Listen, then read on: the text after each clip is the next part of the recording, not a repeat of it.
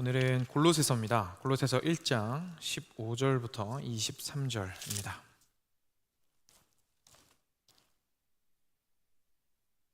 골로새서 1장 15절부터 23절까지 말씀 한 324페이지에 있습니다.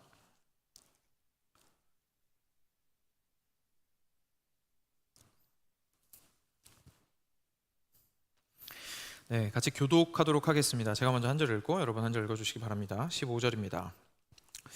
그는 보이지 아니하는 하나님의 형상이시요 모든 피조물보다 먼저 나신 이시니 만물이 그에게서 창조되되 하늘과 땅에서 보이는 것들과 보이지 않는 것들과 혹은 왕권들이나 주권들이나 통치자들이나 권세들이나 만물이 다 그로 말미암고 그를 위하여 창조되었고 또한 그가 만물보다 먼저 계시고 만물이 그 안에 함께 섰느니라.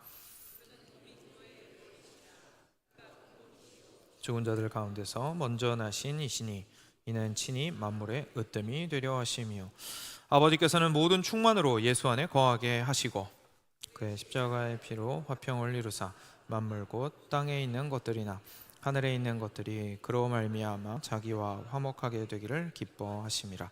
전에 악한 행실로 멀리 떠나 마음으로 원수가 되었던 너희를 이제는 그의 육체의 죽음으로 말미암아 화목하게 하사 너희를 거룩하고 흠없고 책망할 것이 없는 자로 그 앞에 세우고자. 함께 읽겠습니다. 만일 너희가 믿음에 거하고 터 위에 굳게 서서 너희 들은 바 복음의 소망에서 흔들리지 아니하면 그리하리라. 이 복음은 천하 만민에게 전파된 바요 나 바울은 이 복음의 일꾼이 되었노라. 아멘. 기도하겠습니다. 만일 너희가 믿음에 거하고 터 위에 굳게 서서 너희 들은 바 복음의 소망에서 흔들리지 아니하면 그리하리라. 이 복음은 천하 만민에게 전파된 바요 나 바울은 이 복음의 일꾼이 되었노라. 사랑하는 주님, 저희를 교회로 불러주셨고 저희를 제자이자 증인으로 세워주셨습니다. 사랑하는 주님, 그러한 삶을 어떻게 살아야 하는지 저희가 주님께 질문합니다. 주여 우리에게 알게 하여 주시옵소서. 이 복음의 일꾼으로서 앞서갔던 사도 바울의 놀라운 이 고백이 저희의 고백이 될 수 있도록 하여 주시옵소서. 저희가 어떠한 방향을 향하여, 우리 교회 전체가 공동체적으로 어떠한 방향을 향하여 나아가야 하는지에 대해서 우리로 깊이 있게 깨닫게 되는 귀한 시간 되기를 간절히 간구드립니다. 감사하며 우리 주 예수 그리스도의 이름으로 기도드렸습니다. 아멘. 네, 오늘 골로새서 말씀으로 교회, 세상을 품다라는 제목으로 같이 말씀 나누기를 원합니다. 계속 살펴보았던 것처럼 하나님은 우리를 교회로 부르셨습니다. 그리고 교회로 부르셨다는 건 제자로 부르셨다라는 얘기였습니다. 아무나의 제자가 아니라 예수님 따르는 제자로 부르셨다라는 것이었고요. 그리고 예수님 따르는 제자라는 사실은 다른 말로 하자면 예수님을 가리키는 표지판, 증인으로서의 삶을 살아가라고 하신 것임을 저희가 이제까지 살펴보았습니다.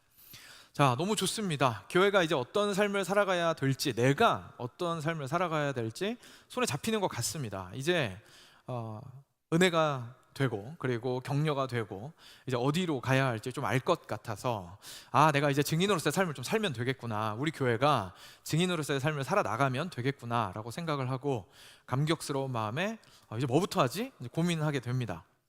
그리고 나서 이제 일어나서 세상 속으로 나아갑니다. 일터로 갑니다. 가정으로 갑니다. 삶으로 나아가게 됩니다. 여러 가지 문제들에 사실 우리는 부딪히게 됩니다. 그게 현실이니까요. 그런데 그 중에서 유난히 저희들 좀 어렵게 하는 질문이 하나 생깁니다. 아마 누구든 이 정도 질문을 해보셨던 분들은 어쩌면 정말 이 질문 때문에 인생 전체의 방향이 뒤흔들린 적도 있으셨으리라 생각을 합니다. 그 정도로 무게 있는 질문이거든요. 예수님의 복음을 가지고 세상으로 나갔는데요, 갑자기 만난 세상은 어떻습니까? 세상은 너무너무 힘듭니다. 예수 믿으세요라고 전했더니 상대방은 지금 뭐 때문에 힘들어하고 있습니까? 돈이 없어서 힘들어하고 있습니다. 예수 믿으세요라고 전했더니 상대방은 뭐 때문에 힘들어하고 있습니까? 몸이 아파서 막 죽을 지경입니다.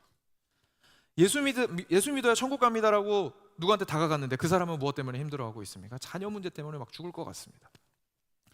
그러니까 실제 현실에 있는 문제들에 부딪혀서 사람들이 너무 괴로워하고 있는 모습을 보게 됩니다.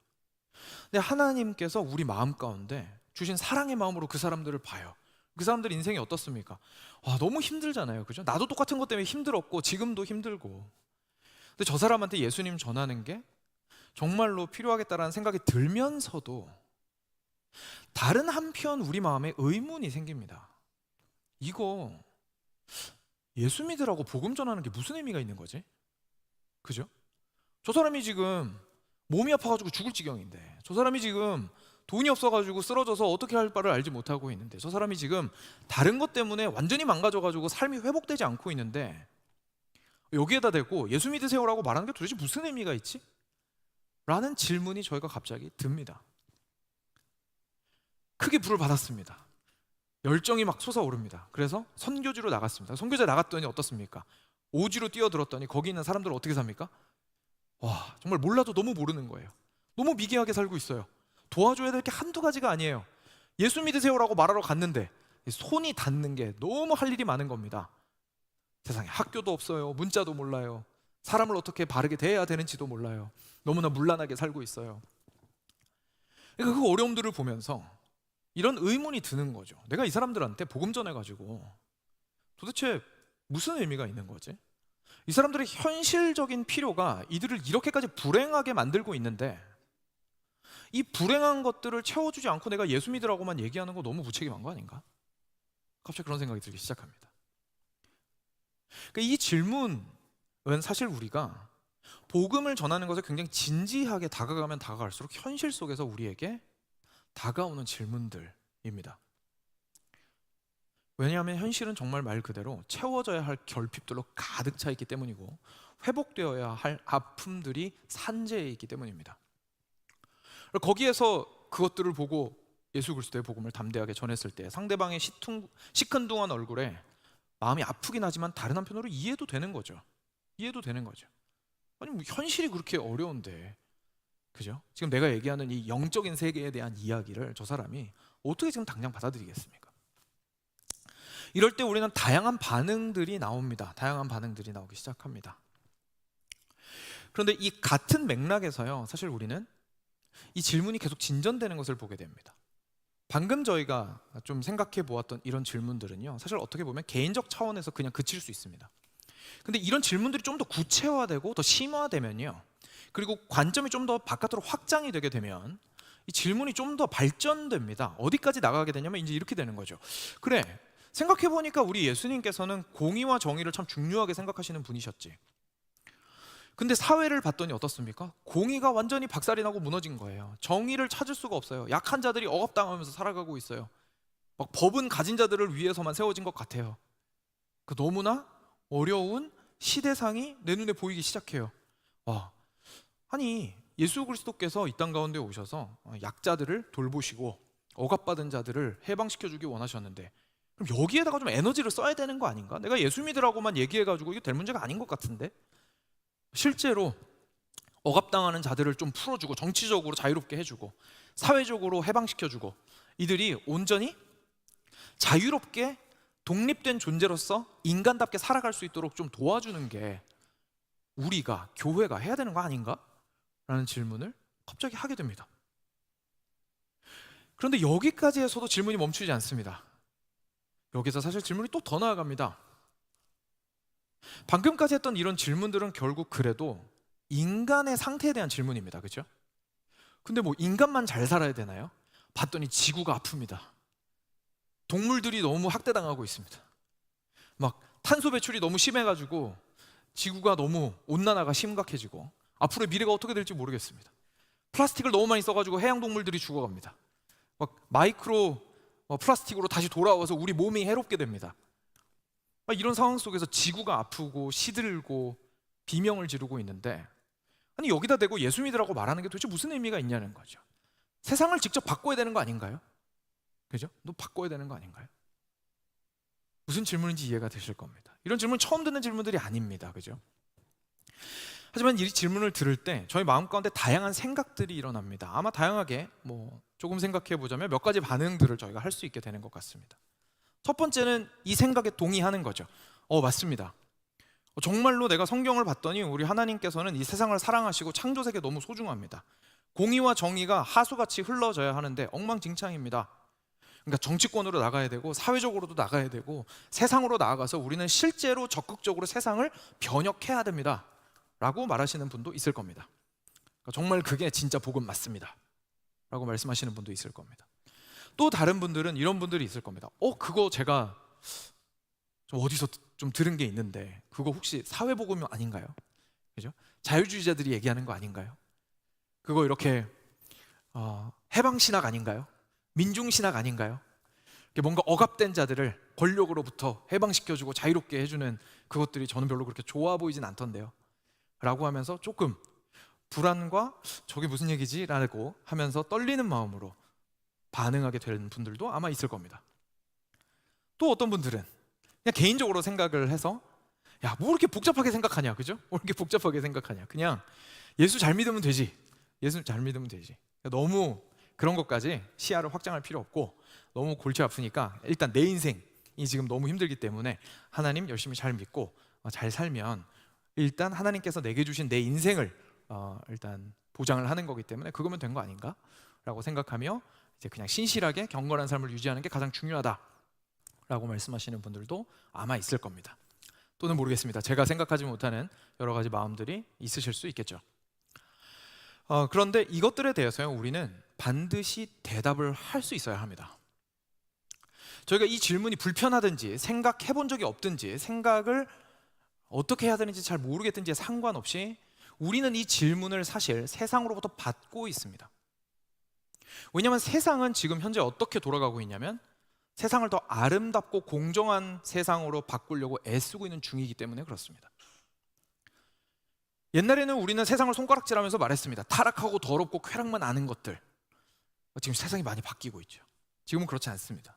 물론 그것들이 그대로 존재하고는 있지만 굉장히 강력한 목소리로 우리는 이 세계를 구원해야 합니다라는 목소리로 정의와 공의를 외치고 올바른 모습으로 세상을 바꾸려고 하는 힘들이 굉장히 강력하게 일어나고 있습니다. 그래서 결국 이런 시대에 영향을 받는 우리 자녀들은, 여러분들 혹시 아시는지 모르겠지만 사회 정의와 자연 보호에 대해서 이제까지 인류가 있었던 중에 이보다 더 관심이 있은 적이 없었다 할 정도로 많은 관심을 가지고 있습니다. 실제로 우리 유스 아이들과 대화를 해봐도 그렇습니다. 지금 자기들이 살 세상인데 지구 온난화 때문에 이제 미래가 불분명하게 된 거예요. 그것 때문에 심각한 불안 증세로 정신과를 찾아가는 친구들이 생각보다 퍼센티지가 높습니다. 굉장히 신기하죠. 우리한테는 약간 이해가 안 되는데 정말로 그런 친구들이 많아지고 있습니다.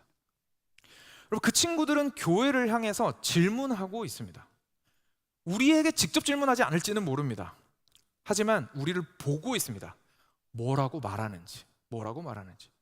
엄마, 아빠, 내 친구들은요 탄소 배출을 줄이기 위해서 실질적인 노력을 해요. 지구를 사랑해요. 근데 엄마 아빠를 보니까 예수님 믿으라는 말만 해요. 엄마, 내 친구들은요 연약한 사람들을 실제로 도와주려고 해요. 그런데 제가 보니까요 교회는 그런 거에 별로 관심이 없어요. 이거 뭐죠? 라고 질문을 하면서 우리를 바라보고 있는 거죠.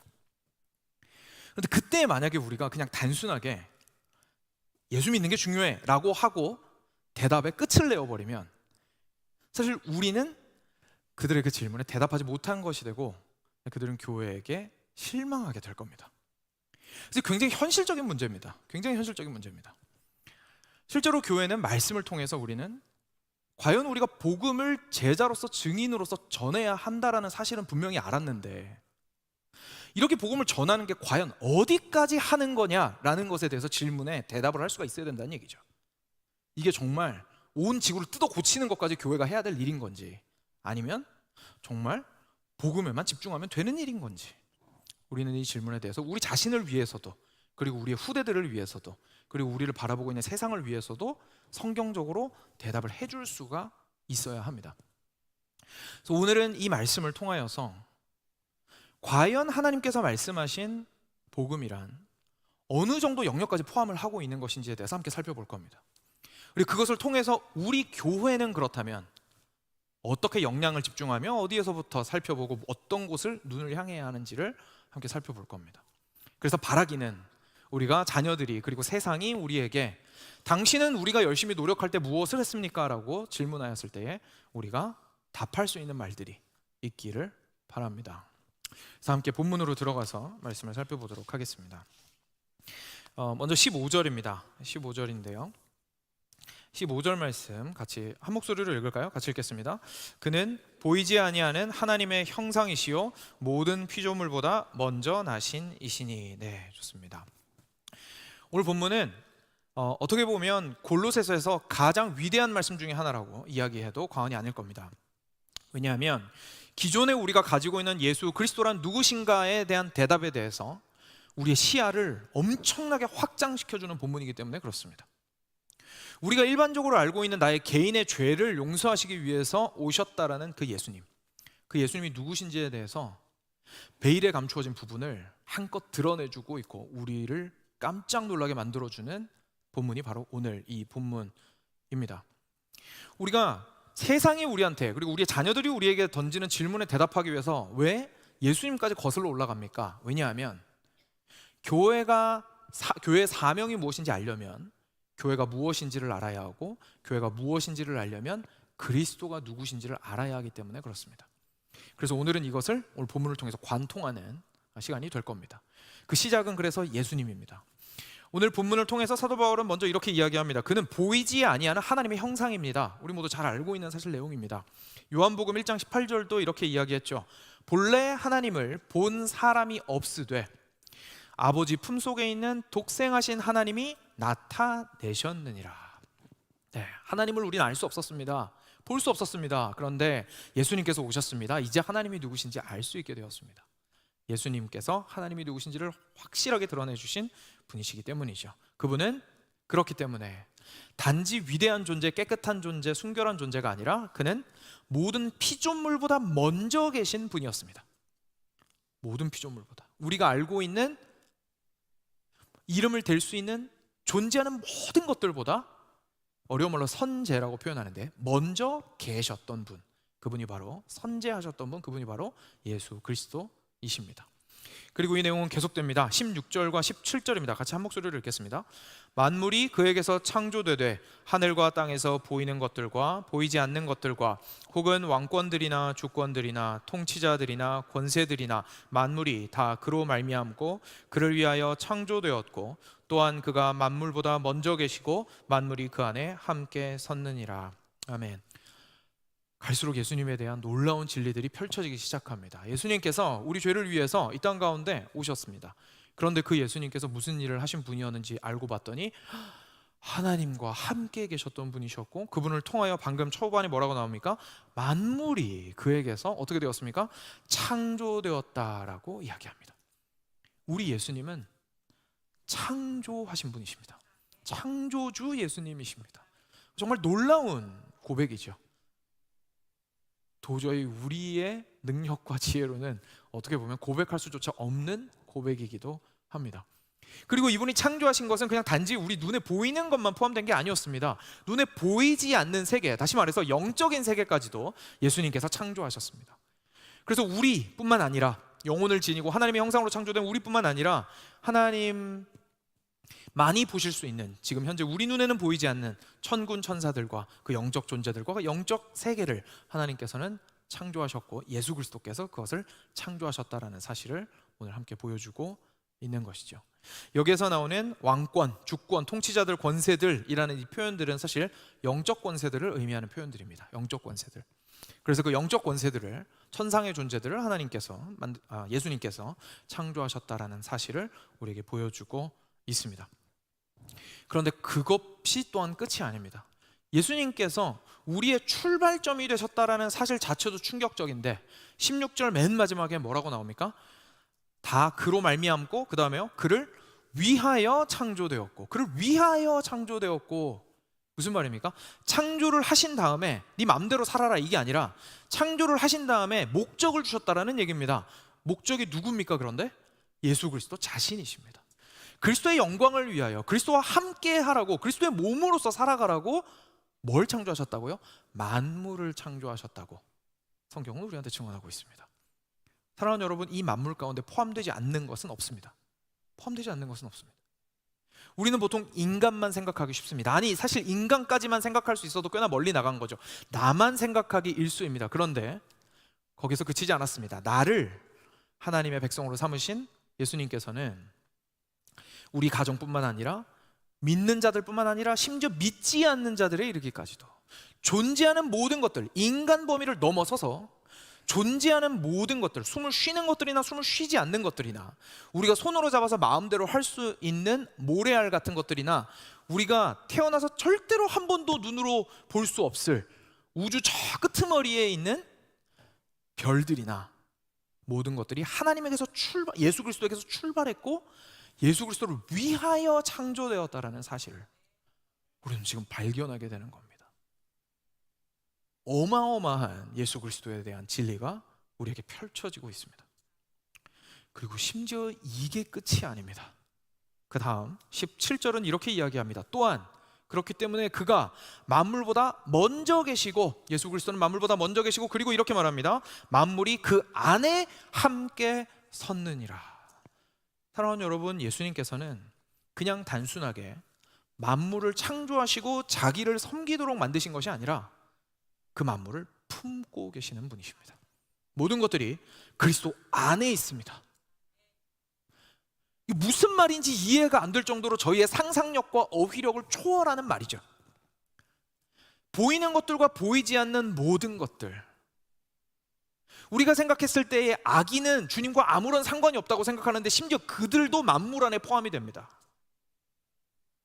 생명을 유지하는 것은 자기 자신이라고 생각하나 하나님을 대적하며 살아가는 그 모든 이들도 사실은 무엇으로 인하여 지금 그렇게 대적하고 있습니까? 그리스도께서 주신 생명으로 그렇게 그리스도를 대적하고 있는 것이죠. 자신의 삶의 목적을 엉망으로 삼고 살아가고 있다 할지라도 놀랍게도 그리스도께서 주신 생명으로 유지되고 있다는 이 사실, 만물이 그리스도 안에 포함되었다는 이 사실은 우리로 하여금 도대체 이 예수 그리스도는 누구신가라는 질문을 할 수밖에 없게 되는 겁니다. 사랑하는 여러분, 이 예수님이 우리의 예수님이십니다. 만물의 출발점이 되시고 만물의 목적이 되시고 만물을 품고 계시는 그 예수님이 내가 믿는다고 고백하는 바로 그 예수님이십니다. 이 예수님은 그 어떤 존재와도 비교할 수 없고 그 어떤 것과도 정말 저희가 바꿀 수 없는 그런 분이에요. 바로 우리가 믿는 예수 그리스도라는 사실을 오늘 골로새서 말씀을 통하여서 저희가 명확하게 보고 깜짝 놀라게 되는 것이죠. 그리고 나서 이 내용은 저희를 어떻게 보면 더 놀라운 이야기로 인도합니다. 왜냐하면 사도 바울은 진짜 이 얘기에서 시작해서 진짜 하고 싶었던 얘기가 있었거든요. 그 다음 얘기 18절입니다. 18절 같이 한 목소리로 읽겠습니다. 그는 몸인 교회의 머리시라. 그가 근본이시요 죽은 자들 가운데서 먼저 나신 이시니 이는 친히 만물의 으뜸이 되려 하심이요. 아멘. 여러분, 이야기의 주제가 잠깐 살짝 바뀌었습니다. 처음에는 예수 그리스도가 얼마나 엄청난 분이신지를 이야기했다가 이제 주제가 무엇으로 돌아갑니까? 교회로 넘어갔습니다. 왜입니까? 다른 주제를 얘기하는 것이 아니라 함께 연결되어 있다라는 이야기를 사도 바울이 해주고 싶은 겁니다. 교회의 머리 되신 예수 그리스도가 얼마나 엄청난 분인지를 설명해 주기 위해서 앞부분에 먼저 예수 그리스도에 대해서 이야기를 한 것이죠. 그러면서 교회를 향해서 말하는 겁니다. 골로새 성도 여러분, 여러분들은 그리스도의 몸입니다. 근데 그 그리스도가 만물의 시작이자 끝이시고 만물을 품으신 분이십니다. 그리고 여러분은 그런 예수 그리스도의 몸입니다. 그냥 하찮은 교회가 아닙니다. 아무도 몰라주는 골로새 지역에서 자기 신앙생활을 하려고 노력하는 그냥 작은 존재들에서 그치는 것이 아닙니다. 여러분은 우주를 품고 계시는 그리스도의 몸입니다 라고 이야기합니다. 그리고 나서 사도 바울이 예수 그리스도의 몸으로서 교회를 삼으신 이유에 대해서 놀랍게 방금 읽었던 말씀 뒷부분에서 증언하고 있습니다. 방금 그 뒷부분에 18절 뒷부분에 이는이라고 하면서 뭐라고 나옵니까? 이는 친히 만물의 으뜸이 되려 하심이요. 엄청난 진술이죠. 예수님께서 지금 어떻게 하셨다고요? 교회의 머리가 되셨습니다. 다시 말해서 교회의 으뜸이 되셨습니다. 그런데 예수님께서는 교회의 으뜸이 되신 걸로 만족하신 게 아닙니다. 내가 이 땅 가운데 불순종하는 사람들이 이렇게 정말 사투리로 천지 빽깔인데, 그죠? 가득한데 내가 그 중에서 사랑하는 사람을 택하여서 나의 백성을 삼아서 우리끼리 잘 먹고 잘 살련다 내가 그들의 으뜸이 되려 하노라 에서 이야기가 끝나지 않았습니다. 내가 교회의 으뜸이 된 것은 이는 무엇의 으뜸이 되려고요? 만물의 으뜸이 되려고 교회의 으뜸이 되었노라 라고 지금 예수님께서 말씀하고 계신 거죠. 사랑하는 여러분, 예수님의 눈길이 어디를 향하고 있습니까? 만물을 향하고 있습니다. 예수님의 눈길은 우주를 향하고 있습니다. 그런데 무엇을 통해서요? 교회를 통해서. 교회를 통해서 만물을 온전케 하시기 위하여 먼저 누구의 머리가 되신 겁니까? 교회의 머리가 되신 겁니다. 그래 그냥 단순하게 내 말 잘 듣는 사람들의 머리가 되고자 하신 것이 아니라 온 만물의 다시금 창조주의자 왕으로서의 위치에 오르시고자 교회로부터 시작하셨다라는 놀라운 사실을 우리는 발견하게 되는 것이죠. 이것이 바로 오늘 이야기하고 있는 예수 그리스도의 놀라운 사이즈입니다. 그리고 예수 그리스도의 사이즈 때문에 어마어마한 사이즈로 드러나게 된 교회의 사이즈입니다. 교회는 우주적입니다. 사랑하는 여러분, 왜냐하면 우리 예수님 안에 우주가 들어있기 때문에 그렇습니다. 자, 여기까지 들으시면 어떻습니까? 우리가 이 감격스러운 진리 안에서 은혜를 받고 감사한 이후에 처음에 우리가 한번 생각해 보았던 그 질문들이 머릿속에 떠오르게 됩니다. 그러면 예수님 안에 만물이 속해 있으니까 결국 예수님은 만물을 회복하기 원하셨던 거네요, 그죠? 그러니까 우리는 처음에 말했던 두 가지 중에서 예수님의 십자가만을 전하는 어떻게 보면 좁은 의미의 복음이라고 할 수 있겠죠? 그것보다는 이 사회를 실질적으로 변혁시키기 위해서 우리가 애써야겠네요 라는 결론으로 우리가 어쩌면 도달할 수도 있을 겁니다. 그런데 이야기는 여기에서 끝나지 않았습니다. 이야기가 여기서 끝나지 않았습니다. 계속해서 오늘 본문을 살펴보도록 하겠습니다. 19절과 20절입니다. 19절과 20절은 이렇게 말하고 있습니다. 이 부분 제가 읽겠습니다. 아버지께서는 모든 충만으로 예수 안에 거하게 하시고 그의 십자가의 피로 화평을 이루사 만물 곧 땅에 있는 것들이나 하늘에 있는 것들이 그로 말미암아 자기와 화목하게 되기를 기뻐하심이라. 아멘. 자, 뒷부분 먼저 보겠습니다. 뒷부분에 이렇게 나옵니다. 만물 곧 땅에 있는 것들이나 하늘에 있는 것들이 그로 말미암아, 예수 그리스도로 말미암아 자기와 하나님과 화목하게 되기를 기뻐하심이라. 다시 말해서 이런 겁니다. 하나님께서는 만물을 창조하셨습니다. 예수님께서는 그 만물을 창조하셨습니다. 그리고 그 예수님께서는 그 만물을 회복하고 싶어 하십니다. 예수님은 교회를 통하여서 만물을 회복하는데 관심이 있으십니다. 그 만물의 회복이란 어떤 모습이냐면 다름이 아니라 하나님을 만나게 되는 것입니다. 하나님으로 돌이키게 되는 것이, 하나님과 화목하게 되는 것이 참된 평안 가운데, 화평 가운데, 성경적인 표현으로 샬롬 가운데 거하게 되는 길입니다. 그것이 만물의 회복입니다. 그 만물의 회복을 위하여서 무슨 일을 하셨답니까? 처음에 이제 20절 초반에 그가 십자가의 피로 화평을 이루사라고 이야기하시고 있습니다. 우리는 십자가의 피를 알고 있습니다. 그 십자가의 피가 나의 죄를 용서한다라는 사실을 알고 있습니다. 그런데 거기서 끝인 경우가 참 많이 있습니다. 그 십자가의 피가 우리 교회를 위한 것이라는 사실을 우리가 지난 교회 시리즈를 통하여서 계속 살펴본 바 있습니다. 그런데 오늘 말씀을 통해서 심지어 한 단계 더 나아가게 됩니다. 예수 그리스도께서 그 십자가의 피를 흘리셨던 중요한 이유가 무엇입니까? 만물을 다시금 하나님께로 돌이키게 하시기 위하여 그 십자가에서 피 흘리셨다라는 사실을 우리가 발견하게 되는 것이죠. 엄청난 진리입니다. 예수 그리스도께서 죽으셨던 그 십자가에서 죽음의 의미가 저희가 생각했던 범위를 완전히 뚫고 나가서 확장되는 순간이죠. 그리고 21절과 22절에서 이것을 더 구체적으로 이야기해 줍니다. 21절과 22절입니다. 전에 악한 행실로 멀리 떠나 마음으로 원수가 되었던 너희를 이제는 그의 육체의 죽음으로 말미암아 화목하게 하사 너희를 거룩하고 흠없고 책망할 것이 없는 자로 그 앞에 세우고자 하셨으니. 사랑하는 여러분, 이 구절에서 저희는 드디어 앞서 드렸던 두 가지 복음이 하나로 만나는 것을 보게 됩니다. 우리가 보통 생각했던 우리 예수님께서는 나의 개인적인 죄를 용서해 주시기 위해서 오셨습니다. 그러니까 십자가의 복음 또는 좁은 의미의 복음을 전하면 되는 거 아닌가요? 반대편에서는 그래도 하나님께서는 넓은 의미로 온 땅을 회복하기를 원하시는데 만물의 회복을 위해서 교회가 열심히 노력해야 되는 거 아닌가요? 라고 이야기하는 두 의견이 어떻게 됩니까? 여기에서 하나로 합쳐집니다. 왜냐하면 같이 잘 보십시오.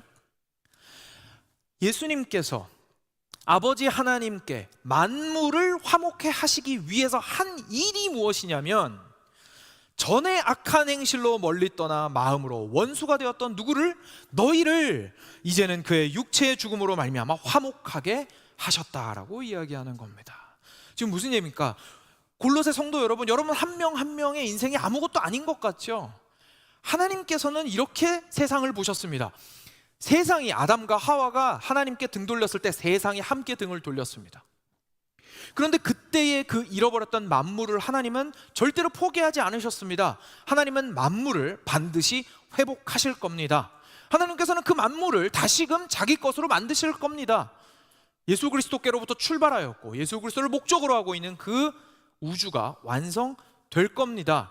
그런데 그 일을 위하여 하나님이 어디서부터 시작하셨냐면 당신 영혼 한 명에서부터 시작하셨습니다 라고 이야기하는 겁니다. 하나님의 눈은 만물을 향하고 있었습니다. 만물의 회복을 꿈꾸고 계셨습니다. 그런데 그 시작점은 한 영혼이었습니다. 그 영혼이 하나님 앞에서 어떻게 됩니까?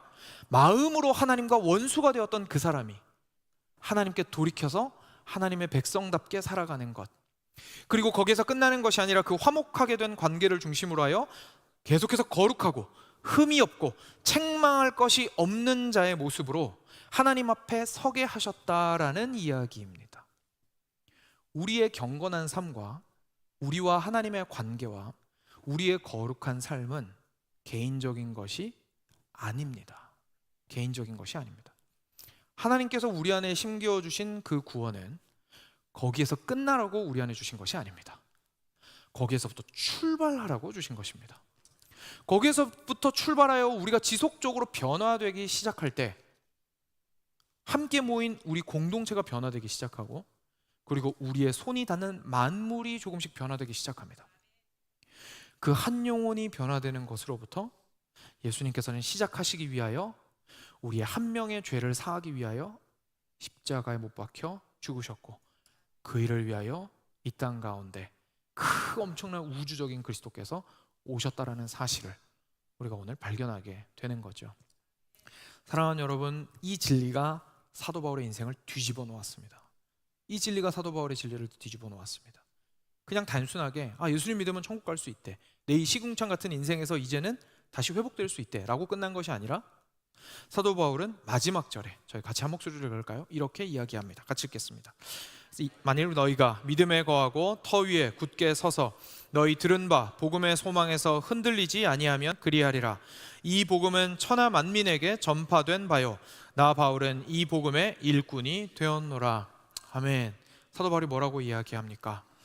지금 여러분들이, 골로새 성도 여러분들이 이런 복음의 소망에 흔들리지 않아야 합니다. 무슨 말입니까? 여러분, 지금 당장 이 세상이 바뀌지 않을 겁니다. 당장 이 세상이 바뀌지 않을 겁니다. 엄청 미련하고 엄청 비효율적이어도 한 영혼 한 영혼을 성령께서 함께 하사 그들이 그리스도의 복음으로 말미암아 변화되게 하나님께서는 일해 나가십니다. 그런데 그것에서 우리는 복음의 소망을 가지고 있어야 합니다. 단지 한 사람의 인생이 변하는 것이 아니라 한 영혼 한 영혼의 변화를 통하여 하나님께서 변화시키고자 하시는 것은 만물이기 때문에 그렇습니다. 이 복음의 소망을 가지고, 복음의 바로 이 소망을 가지고 여러분들의 인생을 다시금 디파인 해보시기 바랍니다. 이제까지 무엇을 위하여 살아오셨습니까? 나는 이 복음을 듣고 나니 이 복음의 일꾼이 되기로 결정했습니다. 나는 이 복음을 위하여 만물의 회복을 위해서 애쓰는 일꾼이 되겠습니다. 그런데 그 만물의 회복을 위하여 나는 어디에서 시작합니까? 그리스도의 십자가의 복음에서 시작하겠습니다.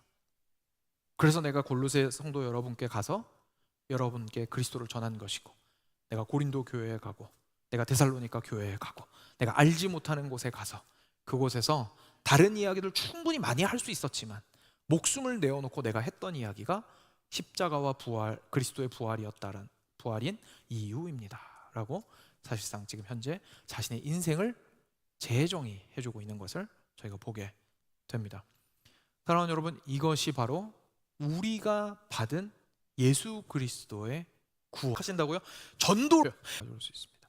우리가 이것을 베드로의 삶 가운데서 보게 됩니다. 처음에 우리가 했던 그 전해야 되는, 교회로서 우리가 증거해야 하는 이 복음이라는 것은 예수 그리스도의 십자가만 전하면서 예수 믿으면 천국 갑니다라는 말을 하면 되는 것인지, 그래서 교회의 회원으로 만들면 우리는 만족할 수 있는 것인지, 아니면 또 반대로 이 사회를 적극적으로 변화시키려고 막 나가고 피켓 들고 나가야 되고, 또는 어떤 사회적인 운동을 해야 하고 정치권으로 나가야 되고 사회에서 구체적인 영향력을 행사해야 하고, 그런 식으로 구원을 이루어 나가야 하는 것인지,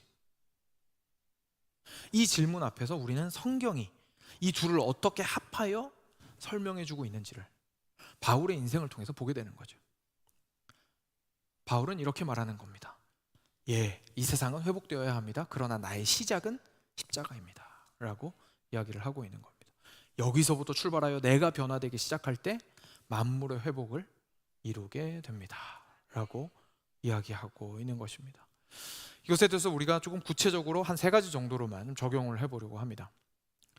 이 사실을 저희가 알고 나면 첫 번째로 저희가 깨닫게 되는 사실이 있습니다. 바로 사도 바울이, 방금 제가 설명드린 대로 사도 바울은 만물의 회복을 꿈꾸었지만 어디서부터 시작했다고요? 죄사함의 복음에서부터 시작했다라는 사실을 우리가 기억할 필요가 있다라는 사실입니다. 사랑하는 여러분, 하고 고통스러워하고 정의와 공의가 망가지고 가난과 기근과 모든 어려움들이 발생한 이유는 어디서가, 그 시작 단추가 어디라고 얘기하는 겁니까? 우리가 죄인이어서 라고 성경은 우리한테 이야기를 하는 겁니다. 결국 모든 것의 출발점이 하나님과의 깨어진 관계에 있다라고 이야기하는 겁니다. 그러니까 결국 회복되어야 하는 것은 하나님의 관계인 것이죠. 그렇지 않다면 다른 어떤 일을 해서 눈에 보이는 결과가 어느 정도 보이더라도, 탄소 배출이 좀 낮아졌더라도, 플라스틱 사용이 좀 줄었더라도 그러면 세상이 행복해질까요? 그렇지 않다고 성경은 이야기를 하는 겁니다. 가장 본질적인 문제는 해결되지 않았기 때문에 그렇습니다. 제 이야기를 조금 해드리고 싶습니다. 저는 굉장히 사회에 대해서 비판적인 청소년이었습니다. 이유는 중국에 있다가 한국으로 왔더니 마음에 안 드는 게 너무 많은 거예요. 사실 여러분 모두들도 공감하실 텐데, 미국에 있다가 한국에 가시면 한국 사회에 좀 이렇게 안타까운 점들이 예전보다 눈에 더 잘 들어오죠. 그러면서 답답한 면들이 많이 생기고, 도대체 왜 이러는 거야? 막 이런 말들이 많이 나오고 자연스럽게 비판적이 되는 부분들이 있습니다. 외부에서 보면은 안에서는 안 보이던 것들이 잘 보이죠. 저도 중국에 있다가 한국에 갔더니 그러더라고요. 그래서 너무너무 비판적이 되고 날카로운 사람이 되었습니다. 마음에 드는 게 하나도 없는 거예요.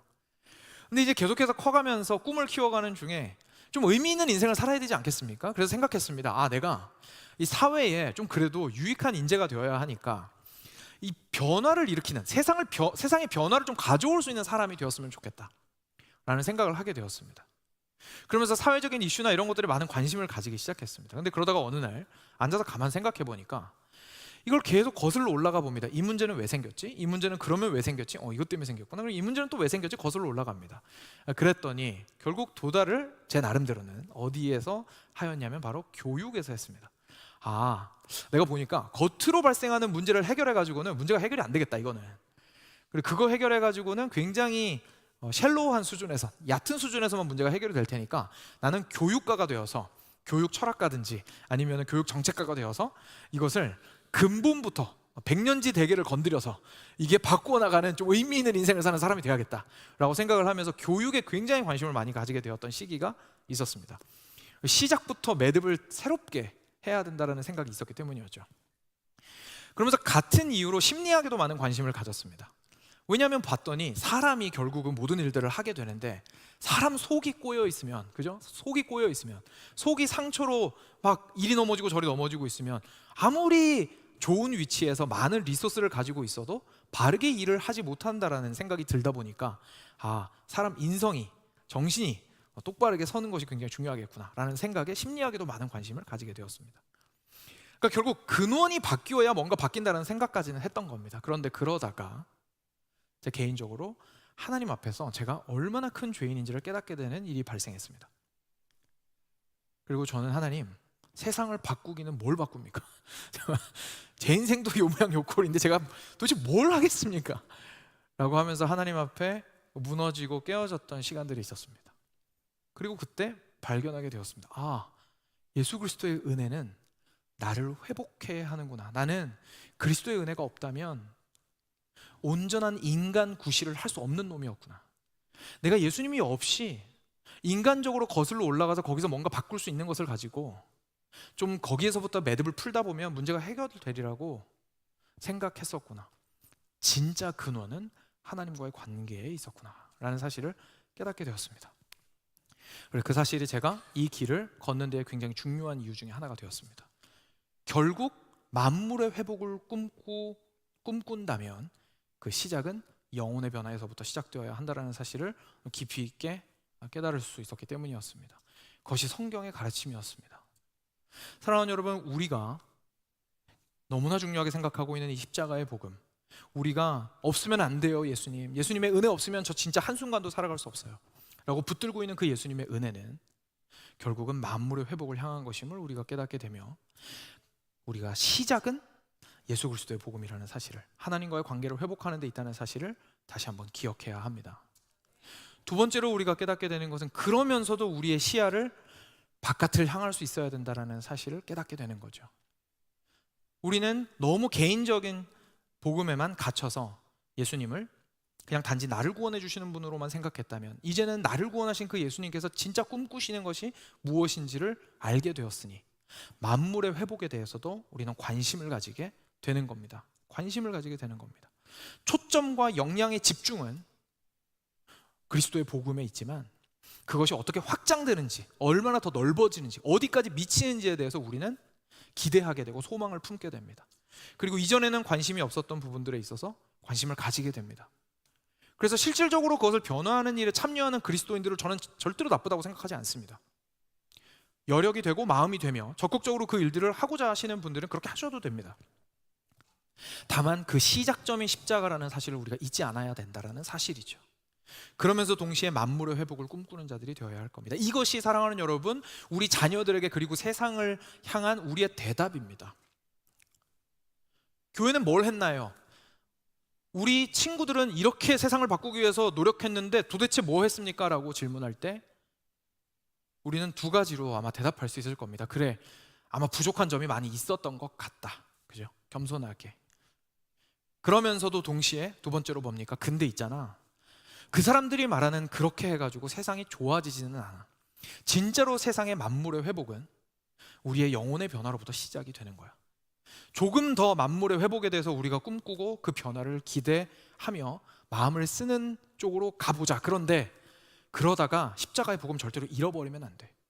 우리의 앵커가 어디에 박혀 있는지 알고 나아갈 때까지 나아가야 해. 나아가다가 앵커를 떼버리고 닻을 떼버리고 나가다 보면 표류할 수밖에 없게 돼 라고 우리는 대답해 줄 수 있게 되는 것입니다. 사랑하는 여러분, 그리고 마지막 세 번째로 저희가 굉장히 중요하게 생각해야 되는 부분이 있습니다. 우리가 그리스도의 복음이 얼마나 크며 그리고 어디서부터 시작하는지를 깨달은 이 시점에 저희가 아주 뱀처럼 지혜롭게 세상을 바라보아야 하는 지점이 있습니다. 여러분, 혹시 교회가 외부에서 뭐 자녀들이든지 세상이든지 저희한테 당신들은 무엇을 했습니까? 정의와 공의는 어디 있습니까? 라고 질문할 때에 저희들이 왜 당혹스러운지 아십니까? 혹시? 어젠다를 그들이 만들었기 때문에 그렇습니다. 교회 안에서 만들어진 어젠다가 아니라 바깥에서 만들어진 어젠다를 가지고 저희들한테 질문을 하면서 대답하라고 말하기 때문에 저희들은 당혹스러운 겁니다. 무슨 말이냐면, 세상에서 말하는 정의와 공의의 기준이 있습니다. 세상에서 말하는 선함이라는 것이 있습니다. 세상에서 말하는 사랑이라는 것이 있습니다. 세상에서 말하는 동물을 보호하려면 이렇게 해야 됩니다. 세상에서 말하는 억압된 약자를 도우려면 이렇게 해야 됩니다라는 여러 가지 생각들이 있습니다. 근데 그 생각들을 가지고 저희한테 질문하는 겁니다. 대답해내라라고. 그때 우리가 그들의 어젠다에 맞춰서 대답을 하려고 하니까 할 말이 없는 거예요. 그죠? 근데 우리 그리스도인들은 사실 그렇게 프로세스하는 사람들이 아닙니다. 그리스도인들의 출발점은 세상이 아닙니다. 세상이 이렇게 요구하니까 반응하는 것, 그것은 그리스도인의 길이 아니죠. 그리스도인은 무엇에 반응합니까? 진리에 반응합니다. 말씀이 무엇이라고 말하는지에서 출발합니다. 말씀이 억압당하는 자들에 대해서 이야기하고 있습니까? 이야기하고 있습니다. 근데 말씀이 그들에 대해서 무엇이라고 이야기하는지에서 출발하는 겁니다. 세상이 말하는 데서 출발하는 것이 아니라 세상이 정의와 공의에 대해서 말할 때 성경은 이야기하지 않습니까? 성경 이야기합니다. 성경이 말하는 정의와 공의가 있습니다. 그 정의와 공의를 가지고 우리는 하나님께서 만물을 어떻게 회복하고자 하시는지 어젠다를 만들어 나갑니다.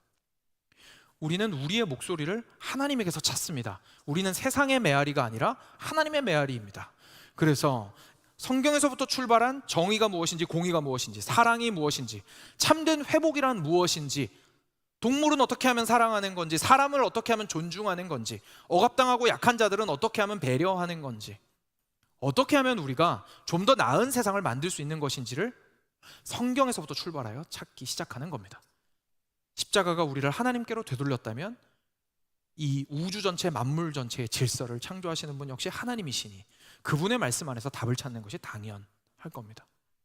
이것이 우리가 뱀처럼 지혜로워야 하는 이유입니다. 너무 헷갈리거든요. 아마 헷갈린다고 생각하시는 분들 많이 있으실 겁니다. 그죠? 세상에서 질문이 막 쏟아지는데 그리스도인으로서 어떻게 대답해야 할지 너무 헷갈리는 거죠.